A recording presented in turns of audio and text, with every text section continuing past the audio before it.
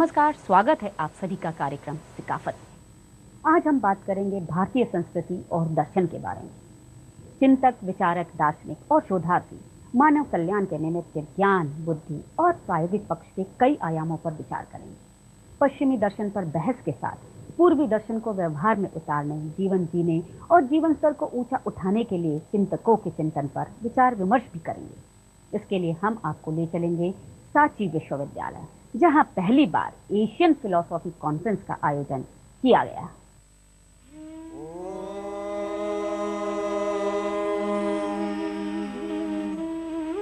भद्रं कर्णे विशृणुयाम देवाः।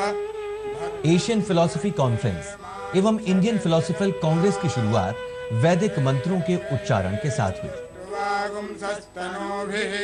यशेम देवहितं यदायुः स्वस्ति न इंद्रो वृद्धश्रवाः स्वस्ति नः पूषा विश्ववेदाः।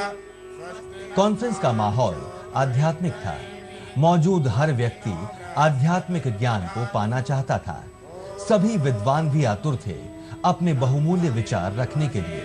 सबका उद्देश्य एक ही था, संस्कृति को पुनः जीवित किया जा सके, आने वाली पीढ़ी तक ज्यादा से ज्यादा ज्ञान पहुंच सके। कार्यक्रम का उद्घाटन संस्कृति मंत्री सुरेंद्र पटवा ने किया और कॉन्फ्रेंस की अध्यक्षता श्रीलंकाई महाबोधि सोसाइटी के बनागला उपत्तिस नायक थेरो ने की। इस कॉन्फ्रेंस का मूल उद्देश्य एशियाई पहचान के सर्वसम्मत सिद्धांतों को प्रतिपादित करना है, जिनके सहारे अपनी विशिष्ट पहचान रखने वाले दार्शनिकों का एक वैश्विक मंच तैयार हो सके।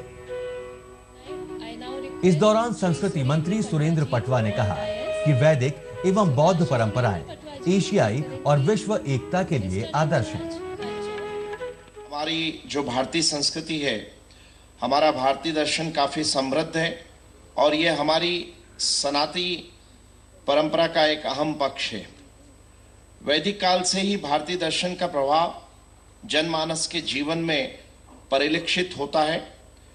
वैदिक एवं बौद्ध दर्शन की महान परंपरा ने साउथ एशियन देशों में एकता का मंत्र दिया है एवं इसी के साथ पूरे विश्व को आदर्श जीवन की राह पर चलने का पाठ पढ़ाया है। हमने प्रत्येक ऐसी विचारधारा जो तर्क की कसौटी पर खरी उतर सके, उसे दर्शन के व्यापक क्षेत्र में शामिल करने का सदैव प्रयास किया है। भारतीय दर्शनों में 6 दर्शन सबसे अधिक प्रसिद्ध हुए हैं, जिसमें महर्षि गौतम का न्याय, कणाद का वैश्विक, कपिल मुनि का सांख्य, पतंजलि का योग, जैमिनी की पूर्ण मीमांसा या वेदांत शामिल है। इसी के साथ बौद्ध एवं जैन दर्शन में भी जीवन से जुड़े मूलभूत प्रश्नों को करीब से जानने का अवसर प्राप्त होता है। आज के इस युग में भारतीय दर्शन हमें जीवन के संघर्ष एवं निराशा से आत्म तत्व की अनुभूति एवं सुख का संदेश प्रदान करता है। महाबोधि सोसाइटी के बनागला उपत्तिस नायक थेरो ने अपने विचार हिंदी भाषा में रखे, जबकि वो मूल रूप से श्रीलंका के रहने वाले हैं। फिर भी उन्होंने शुद्ध हिंदी बोलते हुए अपने विचार रखे। दर्शन को सबसे पहले ज्ञान बोध गया में हुआ था, लेकिन वह दर्शन को पूरे विश्व में फैलाने का कार्य सांची से ही हुआ था। इसलिए ऐसी जगह पर एक विश्वविद्यालय का बनना बहुत हिस्टोरिकल है।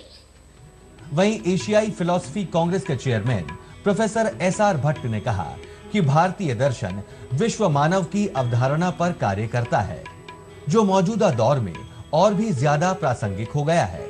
सांची विश्वविद्यालय के जरिए भारतीय संस्कृति को विश्व में प्रचारित करने के लिए ये कॉन्फ्रेंस कारगर सिद्ध होगी। एशिया की तरफ देखें, अर्थात एशिया में जो भी चिंतन हुआ है, उस चिंतन को हम विश्व के सामने अच्छी तरह से तार्किक रूप में प्रस्तुत करें, क्योंकि अभी तक हम पाश्चात्य चिंतन से ही प्रभावित होते रहे हैं।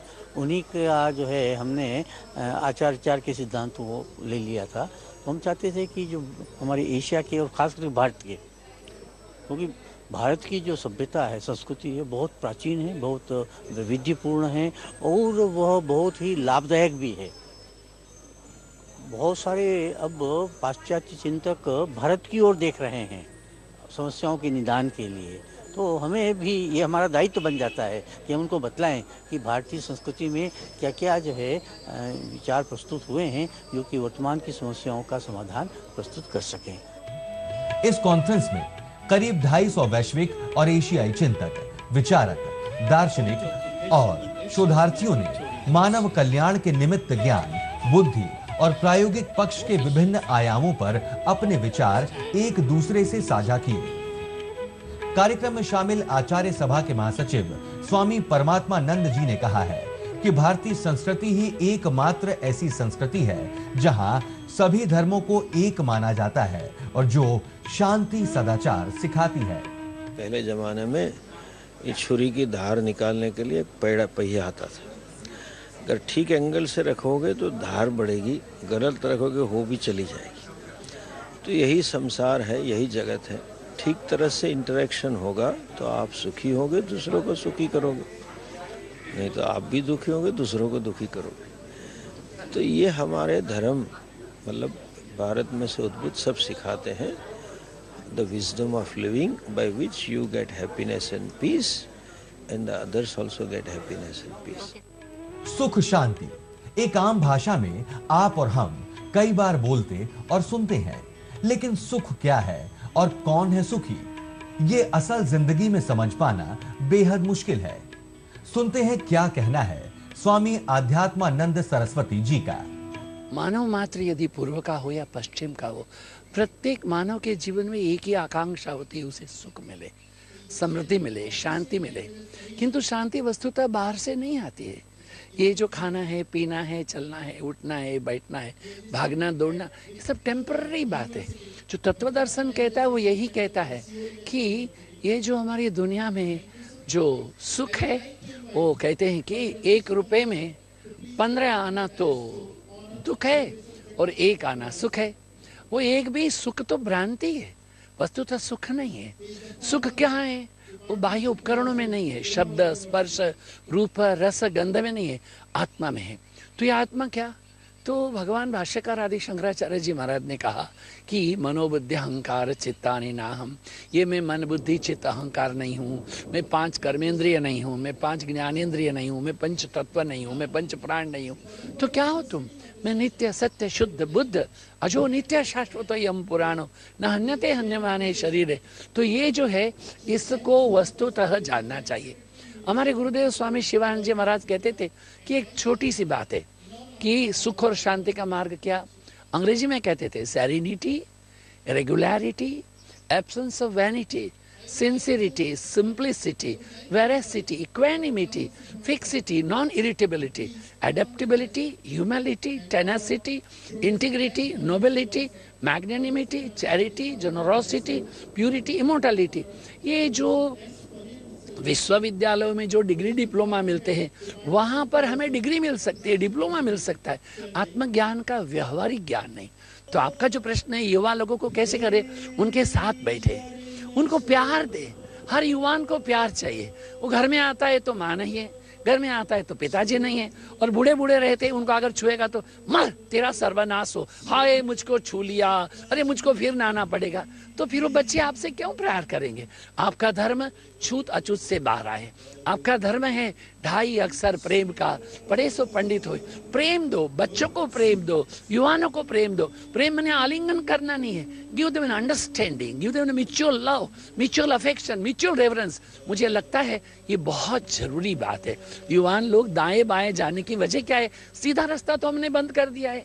तो सीधा रास्ता खोले, घर में सब लोग साथ में बैठे, घर में सब लोग साथ में भोजन करें, साथ में थोड़ा भजन करें। मुसलमान हो तो अपनी आयातें पढ़े, हिंदू है तो हनुमान चालीसा पढ़े, जैन लोग अपना पढ़े, बुद्ध लोग अपना पढ़े। तो ये हमारे यहाँ ये शिक्षा जो है वो जैन, बुद्ध, मुस्लिम से नहीं जुड़ी है। वो क्या है? आचार प्रभव धर्म। आपका आचरण कैसा है? ये क्या हमारा धर्म है? वो मानवता का धर्म है। तो बच्चों को छोटे से ही मानवता की शिक्षा दे। तो मूल विचारधारा यही है जो बुद्ध ने कही। जो हमारे उपनिषदों ने कही कि भाई तुम्हारे जीवन में तुम सुख चाहते हो, वो बाह्य उपकरणों से नहीं प्राप्त होगा।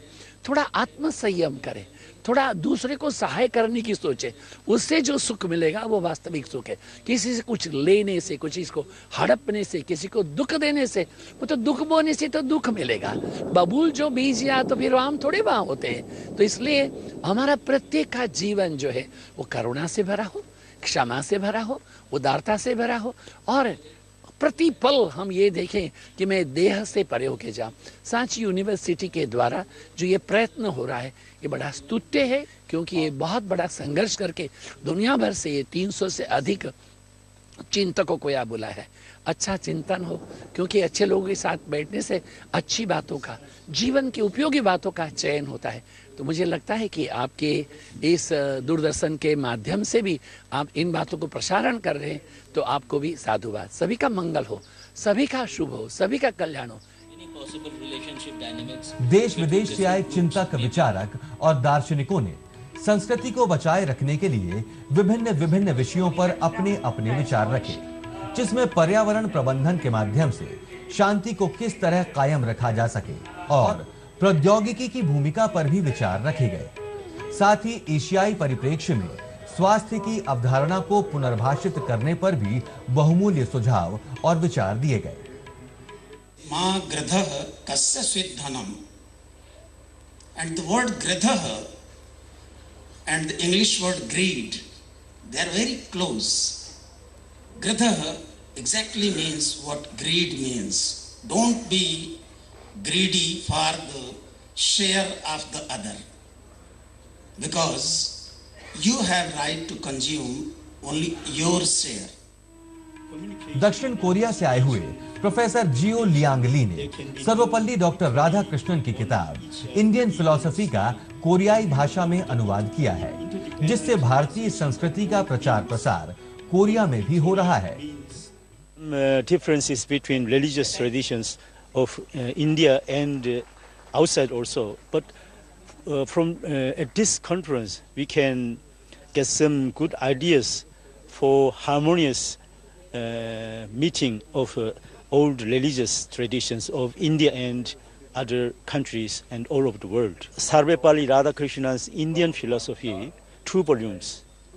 It became 4 volumes in Korean language, about 2,500 pages of a Korean book. So it took about 7 years to translate and publishing.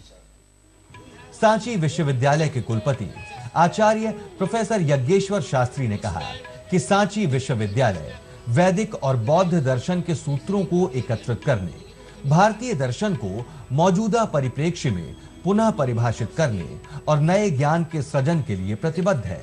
इसलिए इस कॉन्फ्रेंस का आयोजन किया गया। बौद्ध दर्शन, बौद्ध धर्म जो है हमारे भारत से ही ये सभी कंट्री में गया है। मूल जो हमारा भारतीय है, इसका जो गौतम बुद्ध का उपदेश है वो यहाँ से गया है। सिर्फ उस कंट्री में उनका बौद्ध दर्शन का प्रचार हुआ है और मूल भारतीय है। इसलिए वो लोग इसका प्रचार वहाँ कैसे हुआ है आगे उसके बारे में भी बताएंगे। हाँ, यह हमारी संस्कृति वहाँ कैसे फैली हुई है वो भी हम बताएंगे हमको यहाँ। ये विश्व का पहला ऐसा विश्वविद्यालय है जो दर्शन शास्त्र को बढ़ावा दे रहा है। कि जो सांची विश्वविद्यालय है, जो बुद्धिस्ट और भारतीय ज्ञान अध्ययन का विश्वविद्यालय है, ये विश्व का पहला ऐसा विश्वविद्यालय है जो कि दर्शन पे काम करता है।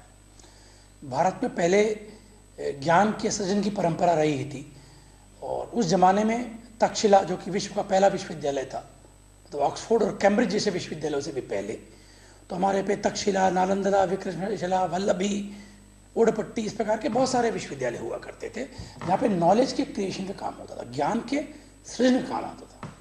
उस प्रकार का ज्ञान पहली बार धरती में उन्हीं विश्वविद्यालयों की रिसर्चेस के माध्यम से आया था। सांची विश्वविद्यालय उसी कड़ी में ये बनाया हुआ विश्वविद्यालय है, अंतर्राष्ट्रीय स्तर का विश्वविद्यालय, जो ज्ञान को खोजने की परंपरा भारत में जो कि पिछले 1000-1500 साल में टूट गई थी, उसको पुनर्स्थापित करने के लिए विश्वविद्यालय बनाया गया है। ये सीट फॉर लर्निंग है, ये एक्सीलेंस अकेले का सेंटर नहीं है, ये ज्ञान के सृजन की पीठ है। और ज्ञान का सृजन तभी संभव हो सकता है जब एकेडमिक्स, प्रैक्टिकल्स, रिसर्च और एक्सपेरिमेंट, तीनों चीजें अनुभूति के लेवल पे बातें होती हैं, तब तीनों चीजें एक साथ होती है, तभी ज्ञान प्रकट होता है। अप्रकट चीज में से ज्ञान प्रकट होता है। ये उस कड़ी को वापस खड़ा करने का ये एक प्रयास है। भारतीय दर्शन के इतिहास को मौजूदा परिप्रेक्ष्य में लिखने पर भी इंडियन फिलोसॉफिकल कांग्रेस में सहमति बनी।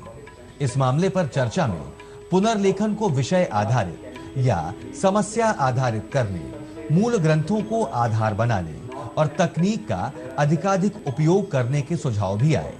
कई विचारकों ने पुनर्लेखन में भारतीय पक्ष को आधार बनाने का विचार भी दिया। एशियन फिलोसॉफी कॉन्फ्रेंस में देश विदेश से आए विद्वानों ने जहां अपने विचार रखे, वहीं यूनिवर्सिटी के छात्रों ने 16 संस्कार पर नाटक का मंचन भी किया। जीवन एक कला है जो हर पल बदलता है। नाटक के जरिए भारतीय संस्कृति में जन्म से मृत्यु तक होने वाले सभी संस्कारों के बारे में बताया, तो वहीं गृहस्थ आश्रम के महत्व को भी समझाया। बच्चा बालक के तीसरे वर्ष में मुंडन संस्कार किया जाता है और जब सूर्य की किरणें मस्तक पर पड़ती हैं तो उसका मस्तक तीक्ष्ण होता है, मस्तिष्क प्रखर होता है, बुद्धि का विकास होता है और चर्म रोगों से भी निवृत्ति मिलती है। अरे नापित जी, हाँ हुजूर। अरे मुंडन संपन्न हुआ? हो गया हुजूर, हो गया। ठीक है, अब इसी बालक का कर्णवेद संस्कार होगा, इसलिए आप सुनार को बुला लाइए। कर्णवेद संस्कार करने से नपुंसकता का नाश होता है और हार्निया नाम की बीमारी का। कन्याओं का कर्णवेद कंछेदन करने से बंध्यत्व और संतानहीनता का नाश होता है। समझा? चलिए, कर्णवेद संपन्न हुआ? ठीक है, अब इसी बालक का अक्षरारंभ संस्कार करवाएंगे। श्री गणेशाय नमः, सरस्वती नमः। अब अगला संस्कार है उपनयन। उपनयन का तात्पर्य गुरु के पास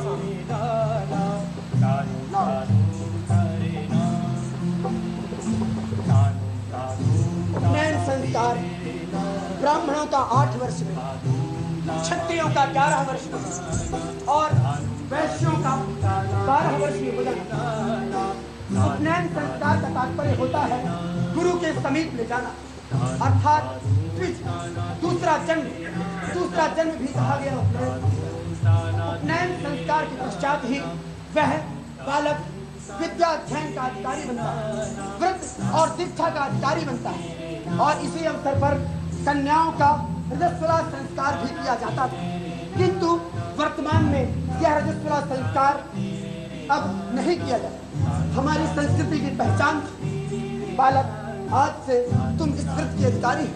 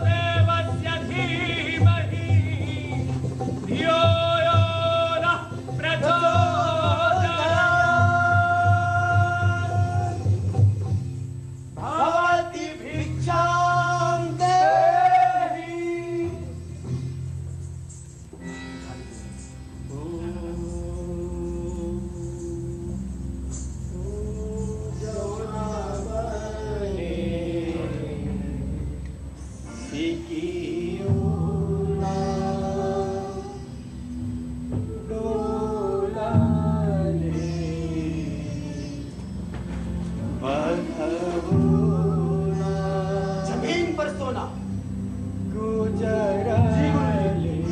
भिक्षाटन करके ही अन्न ग्रहण करना, जी गुरु जी, सदा सत्य व्यवहार, जी गुरु जी, माता पिता और गुरुओं का आदर करना, जी गुरु जी, सदा स्वाध्याय में निवृत्त रहना। गुरुदेव, वेदारंभ के अनंतर कौन सा संस्कार किया जाता है? 12 वर्षों तक वेद अध्ययन के पश्चात केशांत, फिर समावर्तन संस्कार होता है। उठो वत्स, आज तुम्हारा केशांत और समावर्तन संस्कार होगा।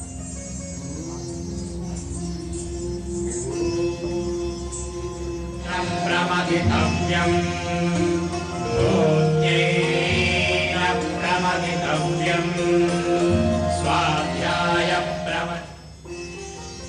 बालक, अब तुम गृहस्थ आश्रम में प्रवेश करने के अधिकारी हुए। गृहस्थ आश्रम से जुड़ी हुई अगर कोई जिज्ञासा तुम्हारे मन में है तो निसंकोच मुझसे पूछो वत्स। गुरुजी, गृहस्थ आश्रम क्या है? आनंद के साथ घर रहे, बच्चे बुद्धिमान हो और पत्नी प्रियवादिनी मीठा बोलने वाली हो।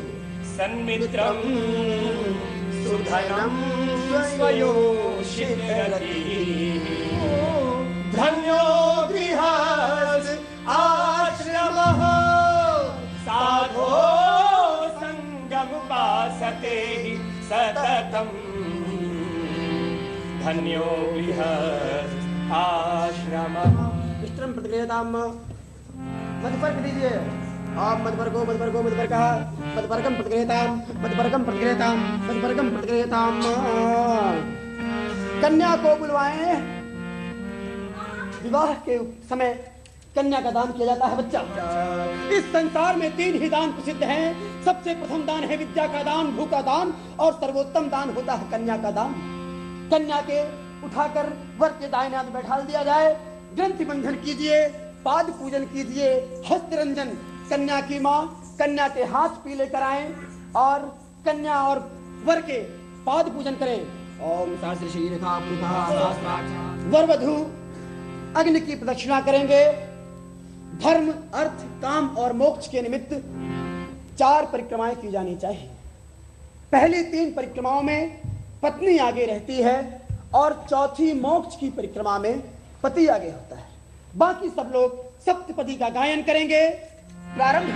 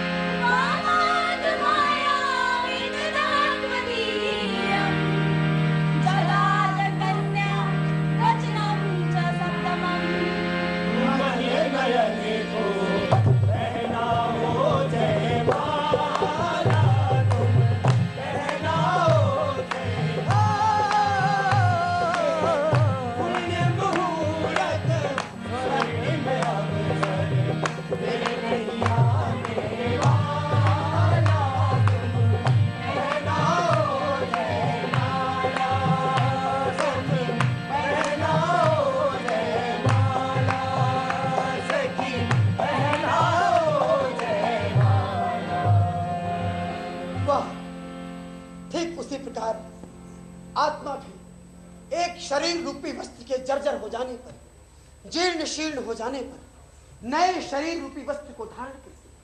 वाह बच्चा वाह, अद्भुत अद्भुत दान है तुम्हारा, अद्भुत। धन्यवाद गुरुजी। मृत्यु सर्वोत्तम संस्कार है, सबसे पवित्र संस्कार है। जातस्य ही ध्रुवो मृत्यु ध्रुवम जन्म मृतस्य च। इस संसार में जिस किसी का भी जन्म हुआ है उसकी मृत्यु निश्चित है, स्वाभाविक है। आजा बच्चा, अभिनय के माध्यम से आत्मा और परमात्मा के मिलन को हम दिखाएंगे। चलो।